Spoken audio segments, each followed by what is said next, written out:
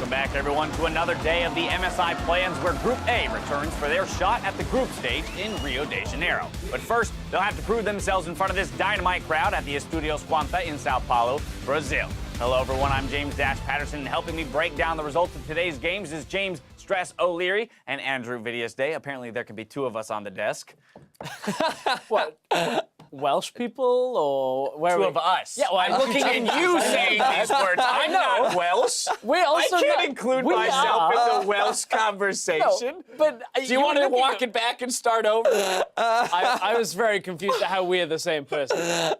We both have the name James. I got that. Are you aware of that? Yeah, but okay. This fell apart so quick. Welcome, everybody, to another day of the MSI play-in. There it is. All right, before we get into today's games, let's go ahead and review the teams in Group B and how they fared yesterday. Stress, I'm done with you already. Gigabyte Marines take hold of first place after an undefeated day, with Lion Gaming close behind them at 2-1, while Virtus Pro and Azurus Gaming look to upset their leads on Monday. However, let's talk about Gigabyte's Marines because people were not expecting them to come out as hot as they did here on day one for their group. Yeah, exactly. Unexpected, just like the beginning of the show for me. But Gigabyte Marines at this point, when you look at it, individual performances looking very, very strong. We were kind of expecting that coming into it, but maybe not to the 3-0 level. Levi, his Lee Sin, we saw it at All-Stars last year, but it showed up once again, especially up against Lion Gaming as well. Gigabyte Marines are fantastic. And I just love the way, as a team, they just made these fantastic decisions at key parts of the game, which really just opened up the map and gave them everything that they needed in order to net themselves those very important wins on day one. Some very decisive calls out of them, netting them those victories. Let's talk about the other team that might challenge them, Inline Gaming, briefly mentioned, but sitting at 2-1, they were perhaps considered to be the front runner of the group coming in, or at least projected to be the ones to move on, and here they are, one win down of Gigabytes. And they had the closest game yesterday up against the Gigabyte Marines. It was such a back and forth 45-minute slugfest, which resulted in one concluding team fight at the very end. But what we saw from Lion Gaming at the start of the day was not conventional playstyles. We didn't see this early playstyle where they looked to get these snowballs, where they looked to try and build advantages from their solo laners. But at the end of the day is really where we got to see the glimmer of what we were expecting from Lion Gaming. Yeah, exactly. We started with a base race, but everybody coming into this was saying Lion, they crushed through their region, fast games, great snowball. Didn't see any of that really, dragged very long late on into close games. So Lion, we'll see if in day 2 tomorrow they can actually kind of turn their fortune back around for Group Of course, today is all about Group A, so let's go ahead and pull up the schedule to see what Group A has in store for us today. Our first game of the day has the LJL's Rampage versus Brazil's Red Canids, with the 1 and 2 Direwolves looking to upset the undefeated Supermassive following that, and a whole slew of rematches to follow. So, gentlemen, if you recall to day 1, people were saying that Group A looks to be stronger than Group B after a day of games in each group. Do we still believe that to be true? Yeah, to some extent, I think the top half of A is stronger than the majority of Group B when you look at it. I think the clean 3-0 setup at the top for Supermassive is a big statement in Group A compared to the very close games we saw yesterday. I feel like that when you just compare macro and decision-making, Supermassive just seemed to be a cut above everyone that we're seeing in the team across both groups right now. But that's not to say that Gigabyte can't necessarily contest them. We have been seeing them develop as a team. Their coordination and their ability to work together is something that really should not be underestimated. So I think that while it definitely makes them up there, Supermassive definitely still seem to be the top dogs for me. And with all that said, of course, both of these teams have kind of shown different priority through the champ select phase, and it'll be very curious to see how those maybe clash once we get out of this initial play-in stage or round 1 of the play-ins. But how do you guys see the comparison between the groups and the way they've approached the meta so far this tournament?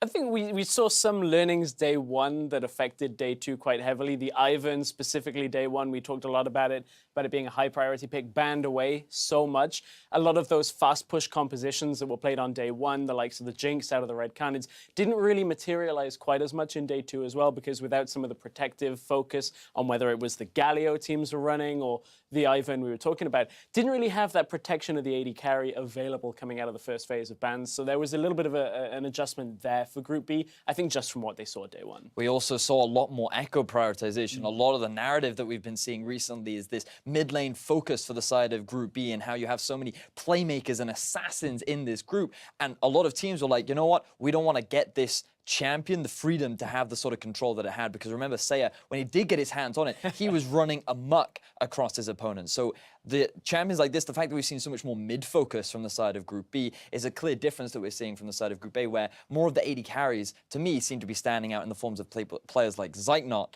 and BRTT. That's very fair, and it's not only mid-focus, the way that that then transitions later on in the game is Group B. More often, we're playing towards a 1-3-1 setup compared to the 4-1 or grouped focus that Group A were playing with that protect the AD carry. So already a little bit of stylistic difference, but I expect now day 3, we get another iteration on that again. Well, and that's the thing, right? We saw maybe some learnings from, day 1 implemented by Group B on day 2. Now the question is, will Group A have taken anything from what they saw yesterday displayed by Group B? Now, despite Supermassive's lead, Red Canids can come into the day confident that they can promote to round 2 of the play-ins, given that they're only 1 game down and will have that rematch. Yeah, we saw from their coach, Broken Shard, that they were still very confident as a team. They realized that today is just simply a great day of practice. We've learned a lot, and we're going to be looking to come back stronger later on in the rest of this play-in stage. So I think that their expectations are still high, and what we saw from the Red Canids as a team was very much that they had strong individuals. They had the ability to get these early, powerful leads, but then when it came to the mid to late game, they often struggled to know exactly how to iterate with these leads, how to push that advantage, and that was how we saw teams like Rampage actually punish them, finding these picks, finding these opportunities to shut them down as they were making these questionable rotations in the mid game. And I think that's something they can fix with that good attitude of, Broken Shard talking about how good the Brazilian teams usually are at adapting. I mean, they're going to have to, because Supermassive are looking so good at most aspects in the game. But both of these teams, when they match up later, I think the early game, while normally it basically is a massive decider, we saw that the Red Canids, if they do get a lead, do let it go. So if they can't quite fix those mid-game portions, I think there's a lot more to that game than just the first 15 minutes. And confidence is such an important factor, especially when you are going up against the top team in the group or a team like Supermassive, which so far has illustrated the best understanding of the macro game and ability to close. The only way you can attack that is with confidence. And as we talk about confidence, we've got one team that has no shortage of it. Direwolves sitting at 1-2 right now, not out of the picture entirely. But again, that confidence is going to play a key role in making a big run today if they are to get out of this group. Maybe still not afraid of SKT, who knows at this point for the Direwolves, but they weren't afraid to adapt throughout the day, looked better the longer the day went on. We saw the Azir come out, a few other picks from the Direwolves.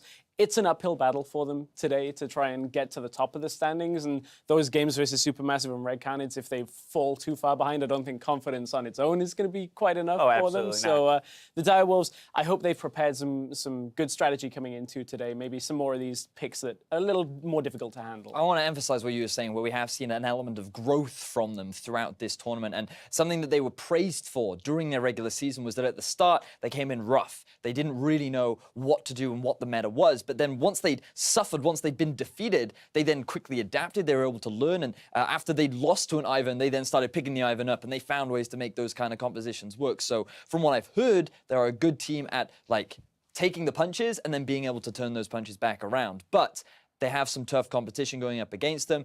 What I'd like to see from them is going back to comfort. When they play the style that works for them and they're a little bit more restrained, that's where I think we'll see a strong Direwolves. Coming back stronger from every defeat. Now, the last team we got to talk about is Rampage, and of course, they have the longest road ahead of them if they're to get out. In fact, not even entirely in their own hands. Going to have to at least get all 3 of their own wins today and then rely on some other stuff playing out. With that said, if we recall to day 1, a number of Rampage's games were very close to ending in victory for them. So what's your guys' opinion on where this team sits in the group and the role they might play today? I feel like for Rampage, it comes back to what we were saying at the top of the day. This man, Tussle. This guy was all about making those early plays, being the main facilitator of the team. There were high expectations of him, and I feel on an individual level, he lived up to those expectations. But he was too much of the source of their power. He was the main facilitator. He was the guy that needed to make everything happen or nothing did. And this surprises me because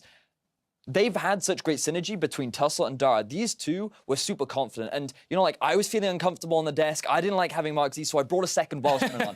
It made the desk more powerful and made me feel more confident. I want to see that from Tussle. I want to see him moving with Dara. I want to see the synergy come back for him. And I want to demonstrate that Rampage still has what it takes to at least get themselves a win here in Group A. Exactly. And I think it's got to go to the bit in the middle where you were talking where they didn't do anything without it. There were so many times, the Red Canids game comes to mind, the Supermassive game, where they were having towers pushed down left, right, and center, and it took so long for the Rampage team to actually start building their way back into the game, and they were already 2-3K down by the time they started to get active on the map if it wasn't for Tussle, so they can't afford to just go, okay, let's wait till 10 minutes and then play this game, because Supermassive, I think they've got a fire underneath them that it'll really light Rampage up. Well, 6 big games today, and of course, every team will have a role in determining who gets out of this group. Now, as you track your favorite teams from the play-in stage, make sure to tweet us at LOL Esports with the hashtag MSI2017 to let us know who you're excited to see promote to the group stage. Make sure to call out any big plays,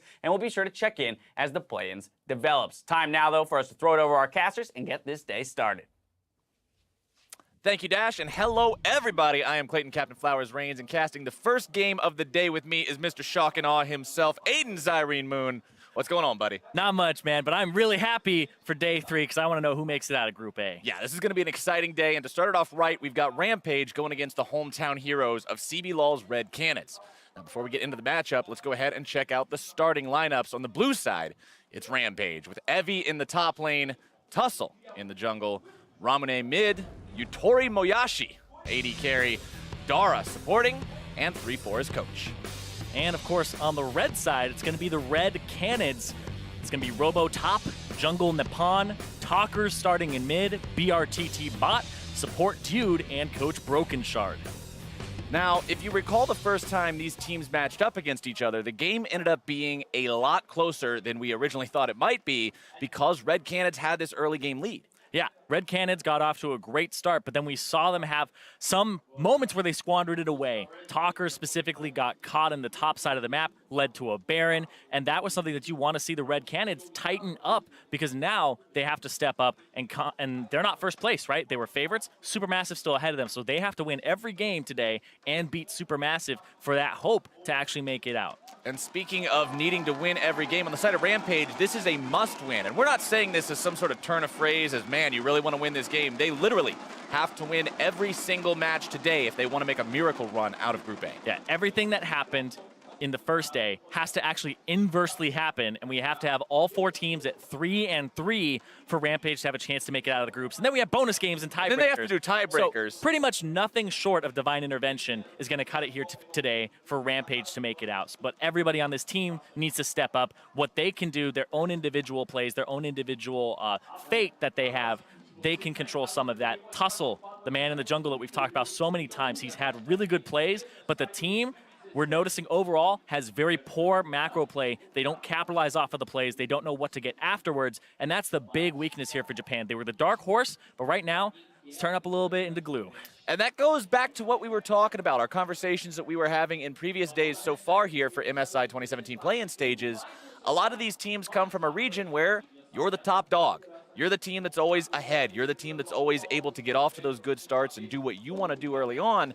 And now that you're up against other teams that can say, hey, you don't get to do that anymore. That's not the game you get to play. A lot of this is adaptation for these teams, figuring out how they really do stack up when they don't have everything in the world going. Exactly, and that's what I love about international competition because it's so difficult to extrapolate what you're seeing. You see all these mistakes when you're looking at a bunch of teams from any region, to be honest, and you'll see things that maybe they don't notice in their play or stylistically they have to do. You harken back to the days where people were looking at the LPL and they were like, oh, all they do is fight all the time. Korea's just going to avoid you. But it's like, can you actually avoid them? How easy is it to? And how easy is it to outplay? So we get a lot of those answers at international competition. Stylistic-wise, you go back a few years, 2 years, to when Europe were the kings of the lane swaps during the first week of Worlds, and then everybody's like, oh yeah, European lane swap meta is way better than the Korean lane swap meta. But then people adapted. That's what we want to see, is adaptation between days, between weeks, where the teams that have come here to win, to play, even if they get a slow start, they recover.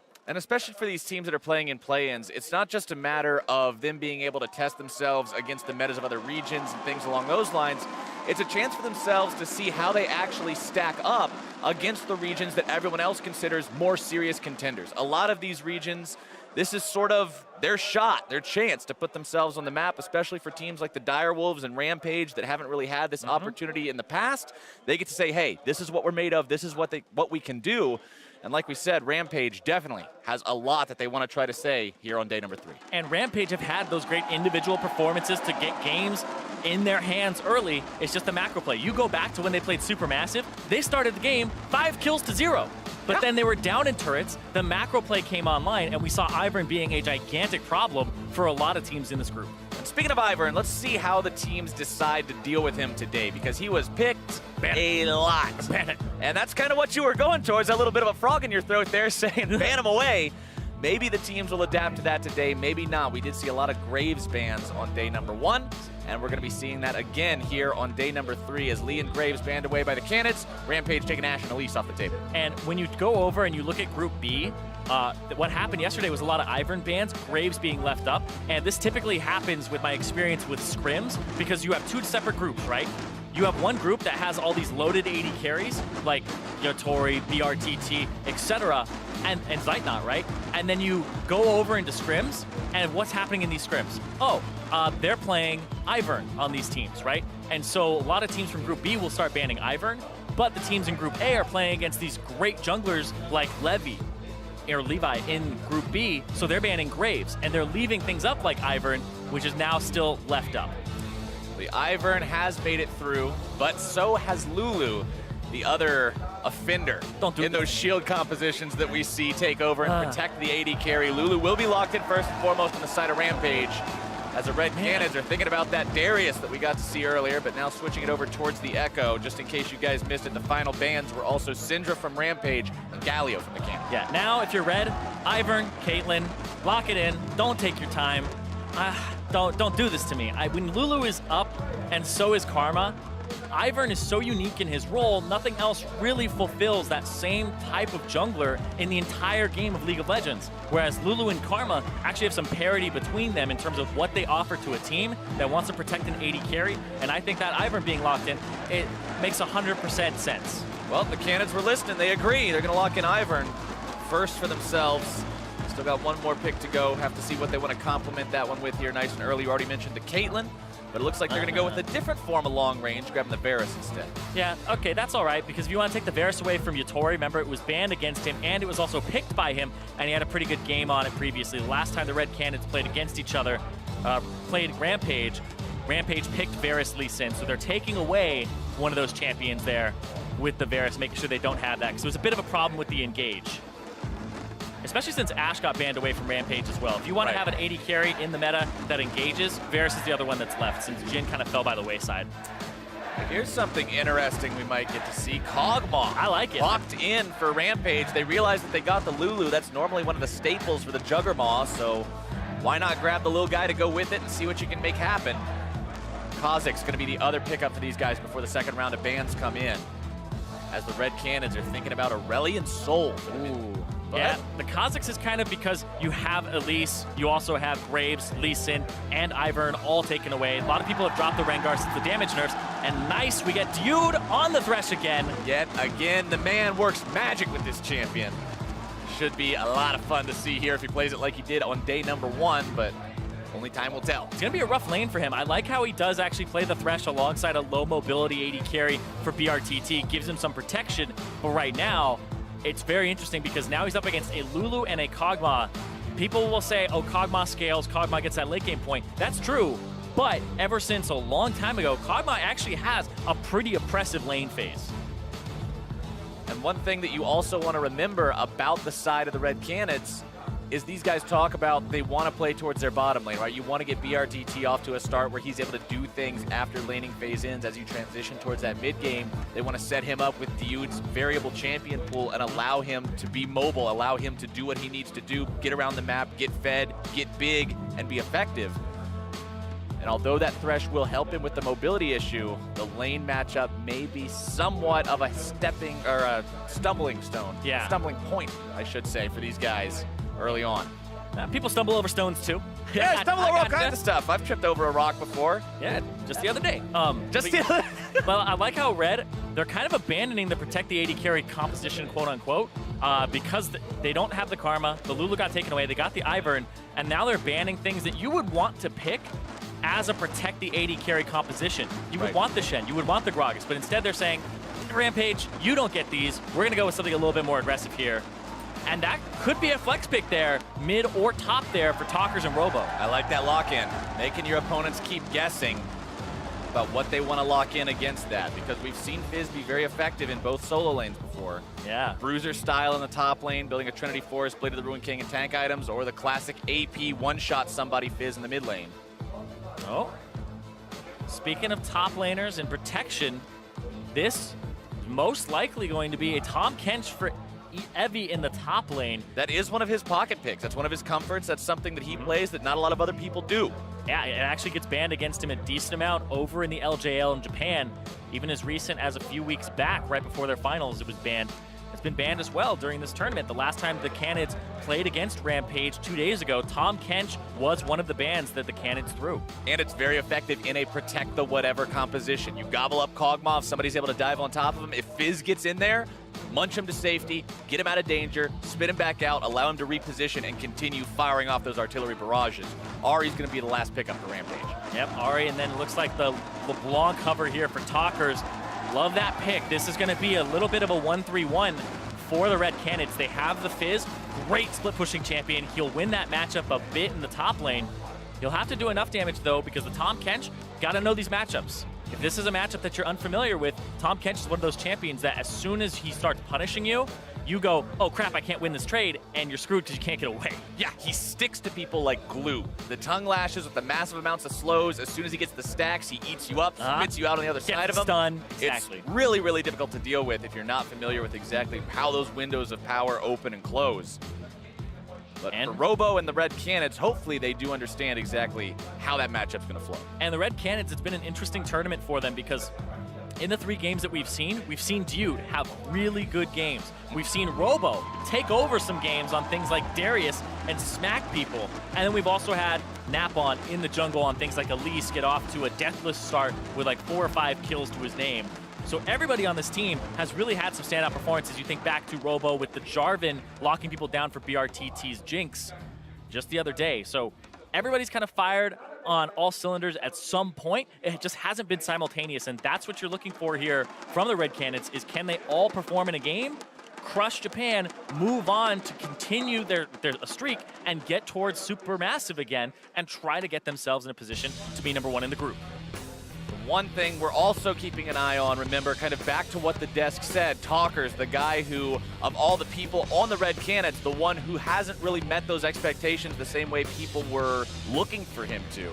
They want to see him step up here on day #3 because, like we said, the Canids are currently only 2nd in their group. They need to take down Supermassive or have Supermassive drop a game to somebody else, and then they still possibly have chance of a tiebreaker match as well. Yeah, if Supermassive wins their next 2 games, the worst case scenario for them is they have to play a tiebreaker losing to when they lose to Red Canids. So they would have to lose 2 out of 1 match. Or sorry, yeah, 2 out of 1 match. They'd have to lose 2 out of 2. Well, the Red Canids are going to have to get through Rampage first. Like we mentioned at the start of this introduction, this was a close match last time around. Rampage almost came back and won this. For those of you who may not remember or may not have seen the games on day #1, Rampage was actually pushing onto the Nexus turrets of the Red Canids, and Robo's Darius comes out to save the day with a triple kill. Oh, yeah. Stopping them from going for that push. Oh, it was insane. And the best part was he didn't even get the dunk, the reset the way that he wanted it, but he still just held the line. Oh, no, it's Dogma. Oh, we've got the Pugma in this game. Yeah, look at that. Oh, boy. The new Kog'Maw skin where he arfs every time he shoots an auto attack with his W on. His R is a tennis ball. Yeah. Comes down from the sky. The E also, he spits out a slobber trail on a tennis ball. Yeah. And that skin is the thing of nightmares. Protect the dog. And that's exactly what this is for Rampage. They didn't get something like the Shen or the Gragas, but they have the Tahm Kench top for some protection. And this looks like Rampage kind of have 2 parts of composition simultaneously.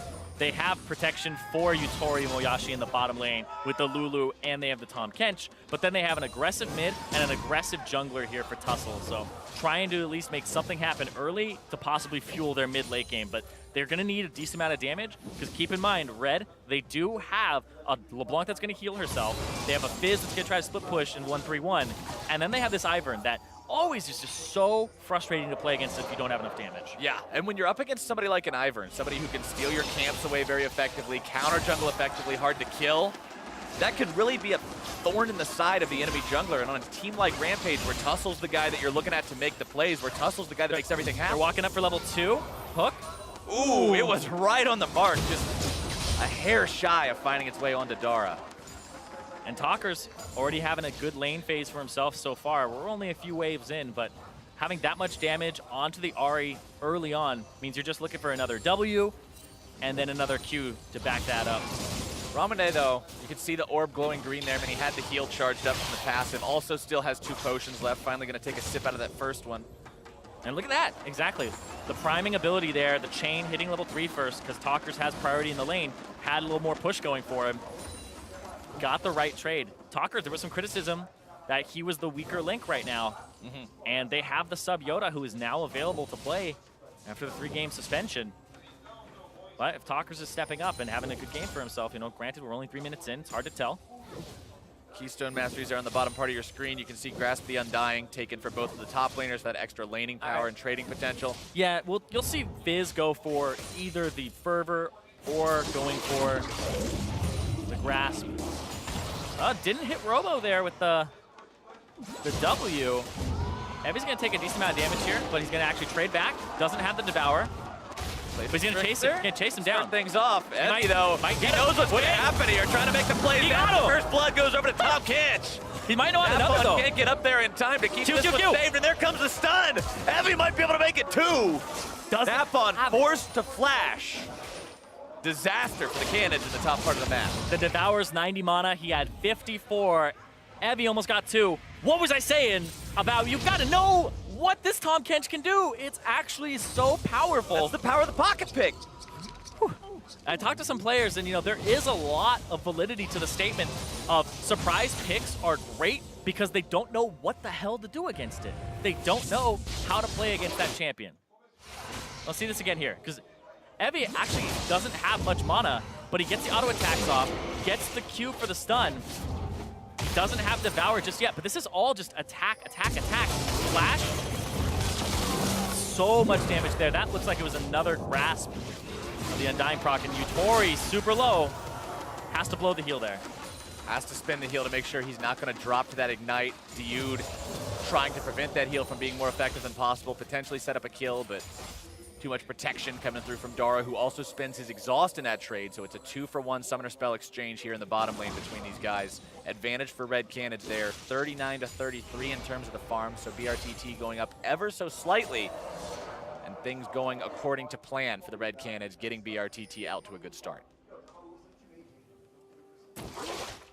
So he definitely has pressure in that bottom lane. We were talking about how the Thresh, you do have to play it well, because otherwise it's just this Lulu dominating the lane phase with auto attacks. Here comes the Ivern. Well, not going to make anything happen there. Napon not really meeting with a lot of success right now. Remember, talking about this guy and what we learned about him coming into this play-in stage, he's regarded as a player who may not be the one who wins the game through fantastic mechanical outplays, but instead he's someone who gets a lot done through his creative pathing. Yeah, the pathing means a whole lot for Napon. And they banned a lot of junglers and set him up for this. You were expecting kind of the first pick from Tussle to be the Ivern, but understanding Tussle's style where he wants to outplay you, is one of the most mechanically sound members of this team, it does make sense for him to try and go for a damaging champion. It's also the way the team works. This is the guy who makes everything happen. This is the guy who, even in the game we saw, it's really where Pulse. he was, yeah, he's the guy who just gets everything done. They depend on him. The backbone that this team has, and right now off to a 0-0-0 start so far, so hasn't really gotten active just yet. BRTT and Diud continuing to be pushed up here in the bottom lane, making that CS lead very intimidating at this point in time, 59-41. And Robo Dark Seal early dagger? I don't like the dagger pickup there. I guess he just didn't have money for anything else. You got 300 gold?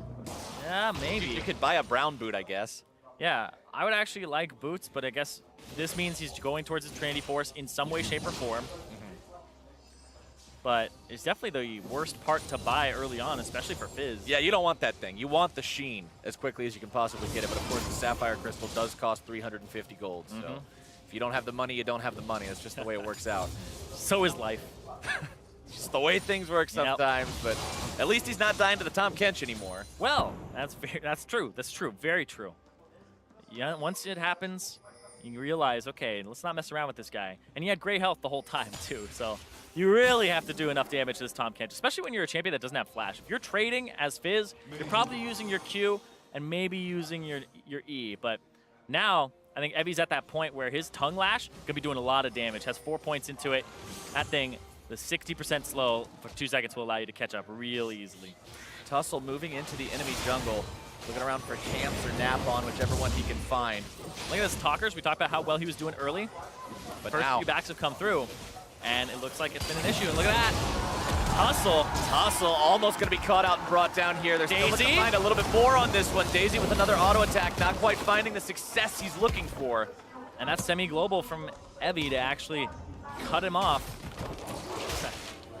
Evie going in there just saying, stay the hell away from my jungler. Yep, that's going to be Talker's backing, gets himself his no Magic Mantle or his Negatron Cloak. And yeah, this was just a trade where, yeah, went all in there onto Talkers. And this is that matchup where it actually used to be a worse matchup for LeBlanc because of the fact that, oh, nice. Got And Talkers actually, when he repositioned to his distortion mark, he dodged the second half of the Q from the Ahri. Yeah. Could have been even lower. Could have been worse for him, exactly. But like I was saying, this used to be a historically worse matchup because the Ahri Charm used to stop move blocks, used to stop you in the middle of your distortion. So if you were trying to hit her with W for damage, she, if she were fast enough, would be able to actually hit you with the charm and stop you. And now, just hits, you'll take the damage still, but it's still a bad matchup for the LeBlanc early, and now they'll both have sustain. The LeBlanc has the teleport for the 1-3-1 later, and it's the Gunblade build that'll be coming out here. Speaking of builds, both AD carries clearly going to be going for that Blade of the Ruined King first, but it's worth pointing out that BRTT did want to go ahead, take a pit stop, grab some fully completed Berserker Greaves on that path. Yeah, I've actually seen some, it's mostly AD carries that are super into their mechanics and really like to outplay and dodge things that'll be able to pick that up. And yeah, BRTT looking for the solo gold. They've actually lane swapped this to the top side. It looks like Rampage are saying, we're having none of this lane. This is not going well for us. They're down 30 CS. Swap them to the top, give up first turret to kind of avoid the rest of this lane phase. Hometown crowd excited to see their boys grab that turret first blood, putting all the gold on the man who can carry. Exactly, and now they have tempo in the bottom side. They have a decent minion wave here. And now Rampage are actually going to be much slower on this push. Rampage are trying to do as much damage as they can with having Evie tank it, but they're just not going fast at all. The tier 2 is going to drop on the bottom Also got side. found. Also getting himself discovered in the Chain. enemy jungle. Talker's going to be locking him down. Surely going to be a death sentence on that one. Red Canids getting themselves on the board. And it looked like Tussle was just waiting for Talkers. And, Talkers is now likely Polymorph? going to be brought down in retaliation here, trying to get Flash? himself away. Evie wants Got to him. chase this one down, able to find the stun. Robo coming in from behind, a big old bite out of LeBlanc. Takes her out. Gotta watch out though, here comes the reinforcements. Hook on Evie. Robo's still looking to make things happen. Evie going to be caught out. That Kinch is benched. Ramune having to run away from Daisy. Evie falls. Robo barely gets himself away. And another macro blunder from Rampage. We talked about it at the beginning of the day.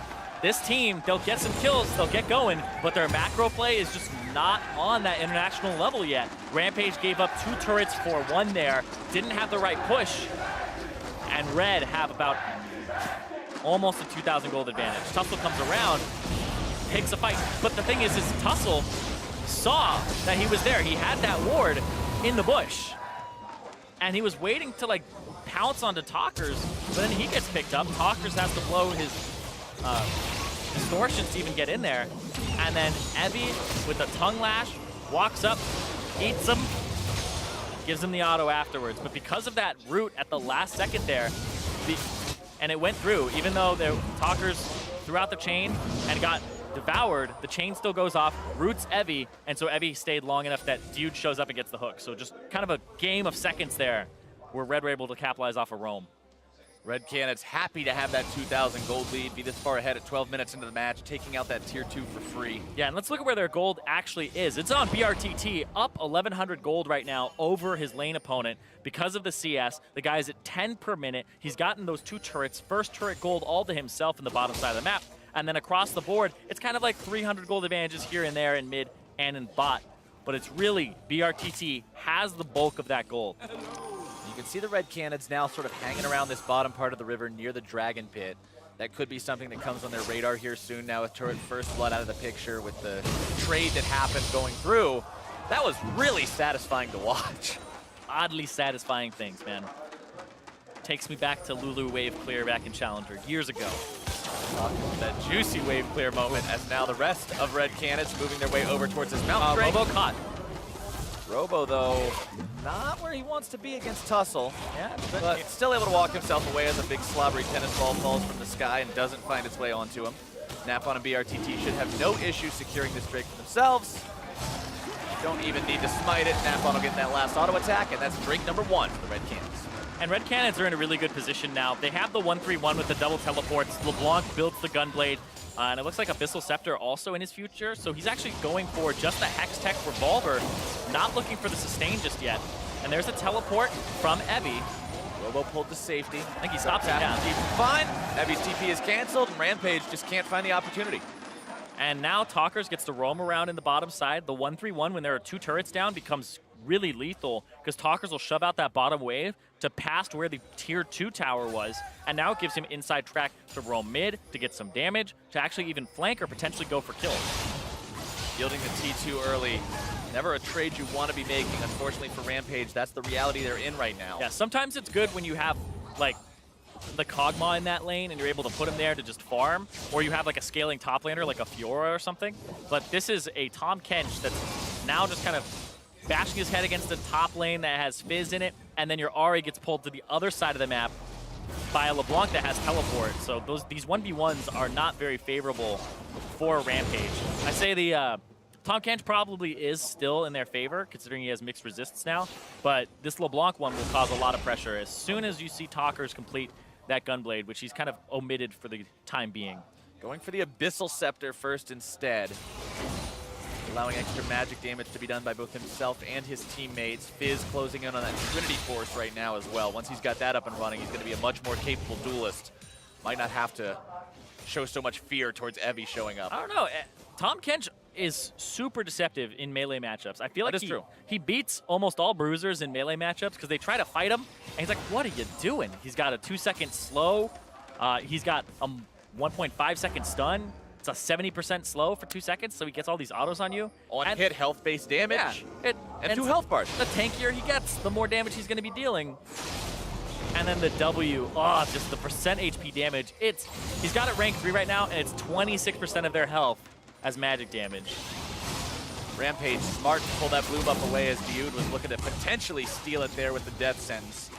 Red Canids now trying to apply a little bit of extra pressure to the mid lane. Bottom lane still just going to be left to its own devices. They know they've got nothing left to find there, so they'll just leave Rampage to have to answer the wave as it slow pushes. Yep, and now it's siege time for the Red Canids.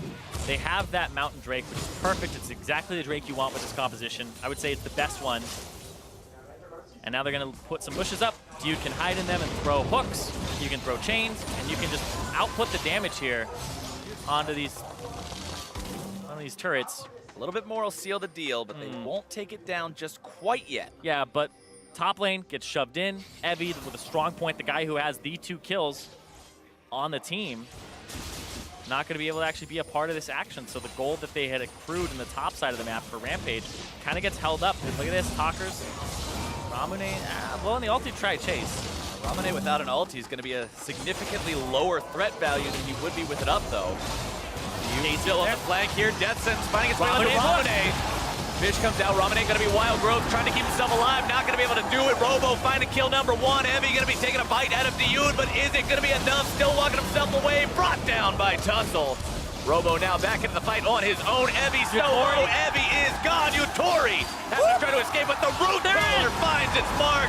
Yutori is in the ground, and Tussle will follow. 4 dead on the side of Rampage, and the Canids have found their mark. Robo running after Dara, but that's going to be another turret there. That'll be 4 for the Red Canids after a great team fight. 1 for 4, plus a tier 2, plus the tier 1 before it. Red Canids, you could not ask for a better result. Yeah, Napon really with a great root caller there, and everybody else following up. The hook from Dude to start it off, Talkers with the chain, Ramune has flash, doesn't get a chance to use it there, and then they're using so much to get Dude. They're trying to get revenge for the kill on the support. Tussle blows his flash for that, now it's too far forward. Robo gets the kill there, but then the root onto the root caller, and then Robo's in again, goes into melee range, and then they're able to pick up Tussle because it puts him right next to him as they get the turret. Really well played there from Red. With all of these roots and CCs, the pick potential of this 1-3-1 composition is huge. 4, 1, and 2 now on Robo's Fizz, who was a huge benefactor in that fight. I think he's been playing the best out of the Red Canid members. You think back to his Jarvan game, kind of iffy at the start, but still got a counter kill on the top Olaf, and then he was ready to go. And yeah, you can't take that. He gets 1. Tussle gets 1 for his troubles. Now, throwback to day number 1. Remember, the Red Canids did have a very solid start in that game and then sort of threw it away. Yeah, Baron, always a very powerful comeback tool. Even though they're looking strong in this game, we want to see them finish strong as well. Robo going to be taking some pretty extreme damage there from Tussle. Hopping himself over the wall with the playful Trickster. Oh! Back in to be unstoppable. Gets a dark passage out. That was stylish. You can see him on the player cam with the fist pump. He knows what just happened. The guy is sitting on 10 stacks on his Dark Seal. Where's the Magi's, bro? Might as well at this point. 5, 1, and 2 on this Fizz, 100% KP. The man's a monster. He's having a fantastic start to day number 3. I thought he was Robo top in the first day, but now this is Robo top 2, dude, because it's better than the first. Robo top 2, revenge of Robo top. Revenge. I mean, Red Canids went 2-1. The guy definitely wants to pop off here in front of his home crowd. He's been having He wants there to be a part 3. Yeah. Where he goes on and continues to play in round 2 of the MSI play-in stage. Like we said, only the #1 team from each group will move forward, and Supermassive seem to be the big team in the way of the Red Canids at the moment, who right now have been doing a good job this game. That is what is so different about this part of this tournament, about where we're at right now. We're so used to seeing groups of 4 where the top 2 move on. That second place spot doesn't mean anything right now. Second gets the same reward fourth does. Your first loser. Yeah, you're the first person on the plane to go home. Yeah, but if you're the Red Canids, you're already home. All right, I guess you're not getting on the plane. Yeah, no plane. They don't even want to be thinking about that. Exactly. They want to be the first person going on further there you to go. play against either the Flash Wolves or Team Solo Mid. That's right. That is not already decided. That would be drawn between those two. But going into that, you want to make sure that you have as strong of a showing against these other play-in teams as you can, so that you can be an intimidating opponent, so that nobody's going to look at you and be like, oh yeah, this is just going to be easy, don't worry about it. Look at that stat right there. Red Canids with a lead at 20, 16-0. Yeah, just 2017 CBLOL split. And keep in mind that Red Canids were the #2 team during the regular season, and INTZ was actually the #1 team. So 16-0 with at 20 leads means that these guys know how to close those games out against the rest of the field in CBLOL. Nobody has really been able to capitalize on any mistakes or throws from Red during that time. The RTT putting a lot of these little stings into this turret. Yeah, but he's got Dude waiting for the lantern back. You can see just kind of edging back every now and then, like, all right, I'm ready to get you out of there. Kind of providing him with the escape tool so he can walk up, be confident.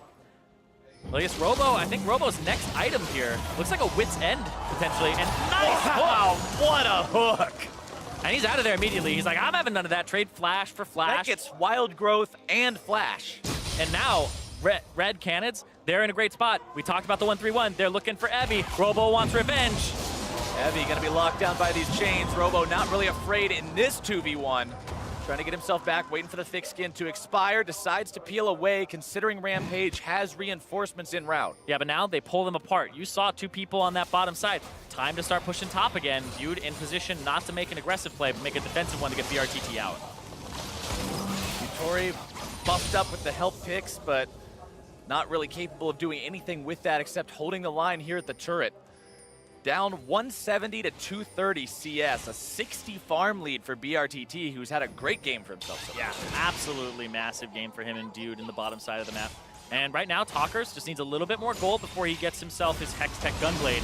You can see he's actually clearing the Raptors. They're giving over to him. I believe a wave or two more will allow him to have it. But the 1-3-1 is already online for this team of the Red Canids. And when you're ahead, 1-3-1, one of the most effective ways to close the game out, because Rampage always have to answer with superior numbers at some point, but then you're losing a part of the map. And I feel like that is such a good strategy against Rampage, who have historically in these matches sucked at the macro game. It's been one of their weaknesses. It's not been something that you would look at the team and think this is going to work. And right now, the macro game is going the way of Red Canids as they're on Baron.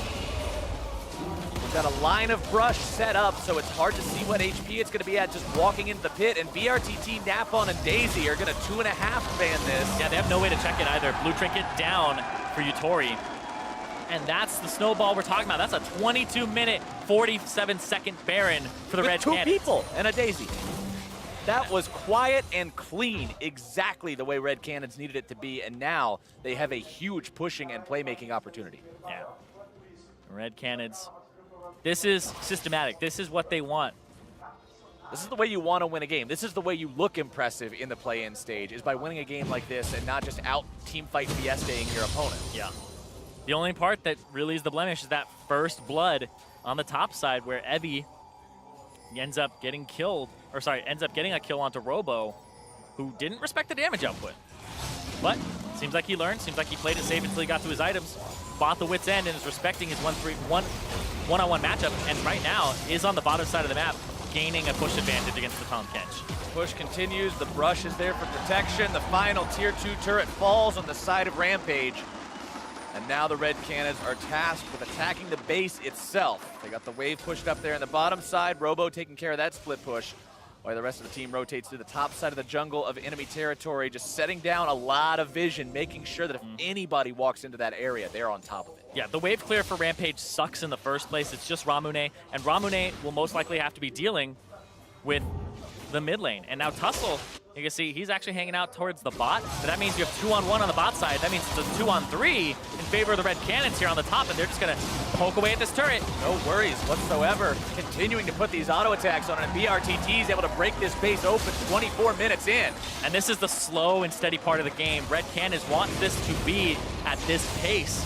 It's fast for 24 minutes, and Talker's caught again. Good catch onto the enemy mid laner by Tussle, and Ramune getting themselves that kill and sort of stopping the momentum that the Canids have built up for themselves, but not before the second inhibitor turret falls. Robo is still going on this. And that's exactly what I was talking about with the 1-3-1. When you're ahead and they have to 2-on-1 one of your members, then you get a turret. You get more gold out of the trade. If you do that over and over again, the enemy can win in kills. That's fine and dandy, but you will win in turrets, and you will be able to pull them apart.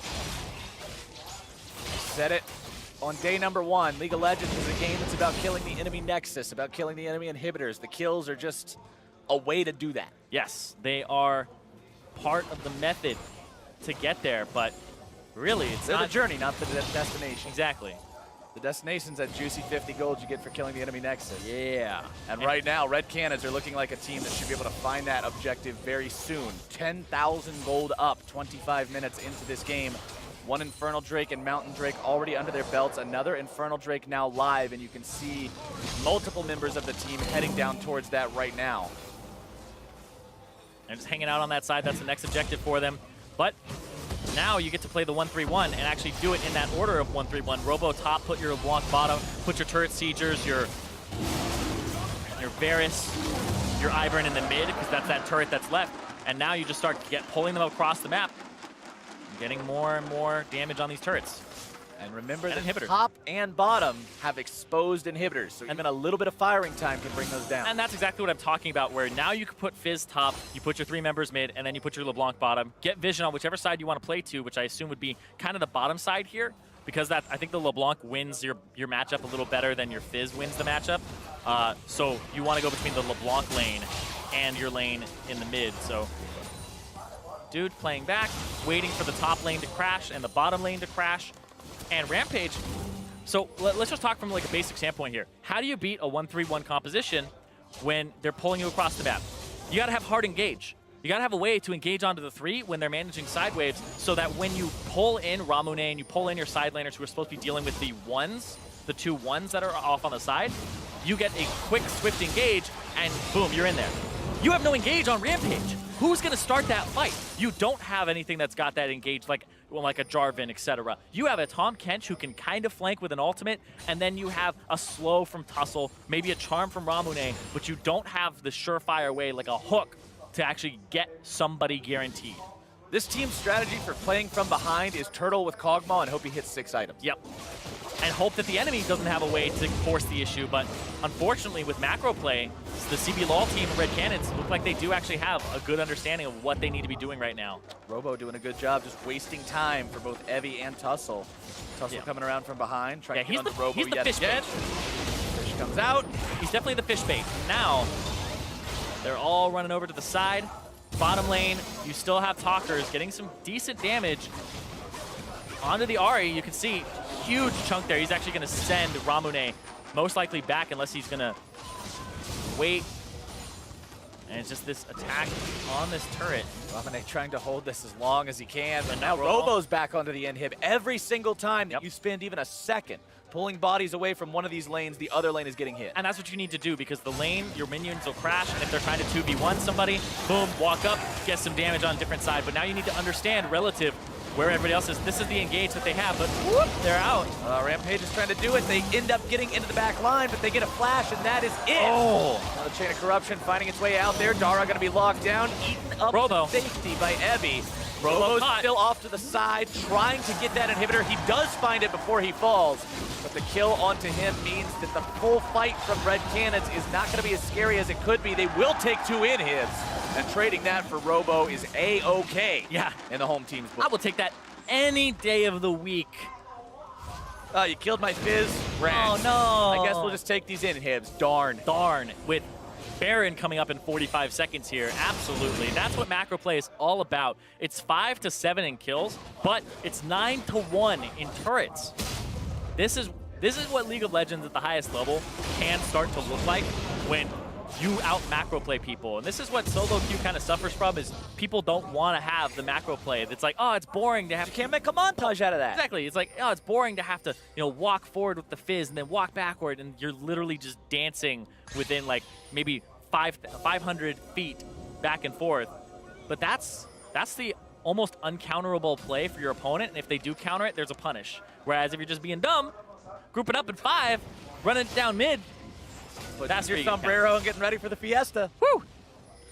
Yeah, dude. Sometimes the fiesta is not what you want. You want to have a siesta. You want to just take a nap. You want to just be on top of the uncounterable play. It might be boring, might not be flashy, but it's going to get you that win. Well, honestly, you can't even say that this is one of those resident sleeper type of games because we're not even 30 minutes into the match. We just are now. We just ticked the 30-minute mark. I will Red agree with Canids that. is closing this out very quickly and very effectively, Yeah. even though they're doing it safely at the same time. That's right. It's the safety. The Baron taking at about 22 minutes the first time is exactly what you want. And now what Red is doing is, all right, wait for sweepers. We'll sweep, and then we'll, go back to the Baron. When that bottom lane with super minions starts pushing in, they'll be able to actually go for this Baron play because they want to pull people away. And look at that. They're sitting in the bush, kind of making you think they're on it. This is a bait. They're looking for a play. I've heard a hook land. Oh, Tussle. Talker's getting the burst. Robo completes his TP. Evie does not. Yep. This will be Baron and a mid lane push here. They 2-man this last time. They can do it again. Yep. Evie has no teleport here. He used it and canceled it. And Red Canids are looking to put the finishing touches on this game. They've got a 5v4 for the next 25 seconds or so. 1 inhibitor standing in the enemy base. Pushing down mid and top at the same time, just keeping that split push pressure alive. Even though the inhib's already down, enchant up the minion wave, make it even stronger, make it push that much faster, and give your opponents that much more to worry about, that much more pressure that they're going to be choking under. And this team of the Red Canids, even though it's a 1-3-1 team, they all have 7 6 to 7 kill participation. They are working as a team and collapsing at the right moments. And Evie Chains into death sentences, into burst, coming down. Redemption going to be channeled. Evie having to run away. Tori forced to pop the flash. Tussle having to bail out as soon as he's respawning back into the fights. And the Nexus turrets will fall. The Nexus going to be going down next. There is no defense today. And Rampage will fall yet again. The hometown champs from CB Law. Rampage moves to 0-4. They cannot make it to round 2, but the Red Canids alive and well, 3-1 after that. GG. Keeping their dreams alive for potentially making it to round 2, making a hell of a statement game here to kick off day number 3. Looking incredibly strong. The game ending with only 13 kills, but a convincing 13,000 gold lead for the Brazilian team. And that's what you want to see. You don't want to see these dirty games back and forth. You want to see a macro domination from a team that could potentially move forward, because that means they can compete with the likes of North America, the Flash Wolves, and possibly even Supermassive today. They will have that matchup to be concerned about later on in the day as we get through the other matches, but for now, they can breathe a quick sigh of relief, be glad that they were able to take down Rampage so quickly and so cleanly. That's the last time they got to play them. Yep. Each team plays each other team in the group twice, so they have 2 more games to play today. And of course, if they can find wins in both of those, that means that it will, provided Supermassive doesn't lose any of their other matches, send them into a tiebreaker against Supermassive to see which one does really deserve that spot. Exactly. So that's going to be the really tense matchup there as the day progresses, the one you want to monitor, because like we said, only one team makes it out of Group A, Supermassive and the Red Canids, as well as the Direwolves still in the running for it, but we'll see as the day goes on, because it looks like Canids and Supermassive matchup is the one that really you got to pay attention to. It's going to be a great game for sure, but for more on the Canids win right now, let's go ahead and check in with Dash and the analysts. Thank you very much, Captain Flowers. That's right, Red Canids starting off the day right, getting that win under their belt against Rampage, who I think most would say they were expected to win against, and unfortunately for Rampage, this does mean that their options of qualifying out of this first round are nil, but they can still play spoiler, rather. Let's talk about this Champs Select, though. As was mentioned, you know, kind of the contrast of day 1 to day 2, and then questions around whether or not these teams would pick up anything from Group B. The Ivern right back into the mix, right back to the ADCs for Group A. Yeah, right back to it. Not the Caitlyn this time. We had the Varus pickup coming out from the Canids in that first rotation after the Ivern. There was a weird back and forth between the teams to see who was teasing the Protect the AD carry in the first phase. It was Rampage that would all in on it, basically. Getting the Lulu first, then picking up the Cogmore very, very, forcibly saying, we're going to protect ours. And that's where the Canids pivot away with a later Fizz, with a later LeBlanc that's looking for pressuring those side lanes and taking control of the game that way. So that, as we were talking about, like, you avoid fighting the Cogmore as a group. You take them into small skirmishes or just away from being able to group. Yeah, you could see that from the composition coming out from Red Canids, it was very much drafted around, we want to be able to play the 1-3-1. We have the Ivern, who's just to protect the... not only is he naturally a good team fighter, but he offers a huge amount of utility so that when the enemy's trying to siege up, you have a lot of tools in your kit, like the shrubberies that you can put up to sit behind. On top of that, you have all the wave clear from Varus. So they built themselves a composition that was very much reliant on making sure that they had a good early start, they could transition into the 1-3-1, but it was very much about getting that early advantage. And off the back of things actually look pretty positive for the side of Rampage. I was going to say, you talk about wanting to get an early advantage here for the Red Canids. We got to go immediately to that top lane. Look at that Fizz versus Tahm Kench matchup. Tahm Kench had been taken off the board in previous games against Rampage. So Evie, in this case here, really showing his prowess on this champion. Demonstrating why he is famous in his region for playing this champion. Naturally, actually a very good matchup into the Fizz, one that very rarely we've seen across the world, but demonstrating how effective it can be. We were talking a little bit on the desk about how it just becomes difficult for Fizz, right? Because one of the key aspects of Fizz is his ability to dodge a lot of those major skill shots. But what do you dodge on the Tahm Kench, right? Like, sure, maybe if you dodge the stun, it doesn't really matter because you're going to end up getting eaten by him anyway, right? Exactly, right? All he has to do is put those 3 stacks on you through his auto attacks. He's going to get the eat no matter what. The only thing you can dodge is that Q and maybe a little bit of additional damage coming out of it. Also, too, as you had mentioned while we were watching the game, of course, gray health coming into account as well, because Fizz likes those extended trades. Well, when he's got to take your health bar down twice here at level 3, things become a heck of a lot more difficult. Unfortunately for Rampage, though, despite the 1v1 up in the top side, it was going not So great in the bottom lane, down 30 CS, and yes, there was growth there. We were saying they were the team that was slow to react on the first day of play for Group A. Unfortunately, there hasn't clearly been enough time to develop the strategy perfectly because they swap up to the top side with about half a wave and try and push the tower down. By the time Canids have already got it, it means they're behind the play. It's the right thing to be doing, but just at the wrong time, just a little bit too late, and it means they're behind the curve on getting their AD carry into the fight, and that ended up punishing them with the first big skirmishes of the game. The reality is that Red Canids got themselves a 2,000 gold lead off the back of getting those two very swift towers down in the bottom lane. That meant that you had a Blade of the Ruin King and Berserker's Greaves already finished on the Varus before Kog'Maw had even finished an item. You've got the Fizz also netting himself the Trinity Force, so you're having all these big item spikes being hit simply because Rampage were too slow on the play, and that gives the Red Canids an avenue to try and force a fight. And those gold advantages come into play just 15 minutes into the game. Our first Ace of Replay today comes at 16:20. Red Canids 4 for 1 here in the mid lane with those item advantages. And this is the engage where they try and get Evie into the backline, but of course, you haven't got the strength of this 3-4 item Kog'Maw, so although Evie can soak up a lot of damage at the start of it, it's only really Diud that ends up falling. Then the LeBlanc opens up, pressuring out the Kog'Maw into the back of the fight. This tower only has 1 health basically remaining, and it means it's an easy push forward after they've stopped the early aggression there, and the Canids just move forward for the team. And this is exactly what I wanted to see from the Red Canids, because our big criticism of them was, do they know how to use a lead effectively? Because sure, they were able to take a lot of turrets in their previous performances, but then they weren't able to just swiftly close out the game. And if you look at that Goldcraft, you can see that they were so much more decisive. Not only were they able to break a number of structures very effectively with that gold advantage, but they very swiftly turned that into full Baron control. They got themselves that objective. They played the 1-3-1 beautifully, and they were able to close out what was a very swift and clean game.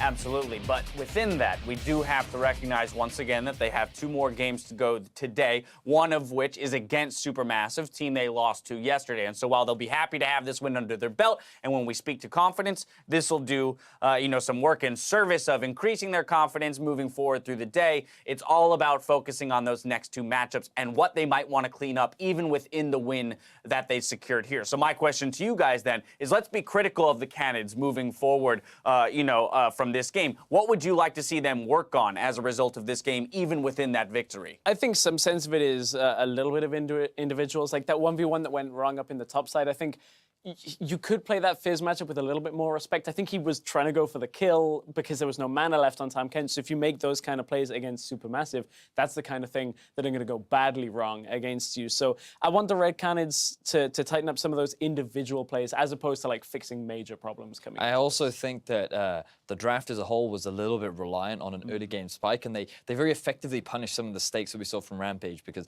one of the things that we didn't talk much about was Tussle was very lackluster this game in particular. His Lee Sin was banned away from him.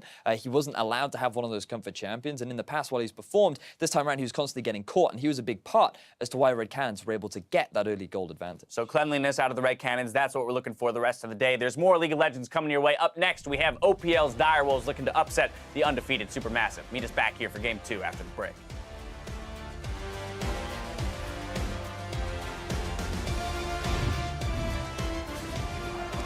But he's gonna chase him down. Things off. Evie, though, he knows what's going to happen here. Trying to make the plays down. First blood goes over to Tahm Kench. Evie's so low. Evie is gone. Yutori has to try to escape, but the root roller finds its mark.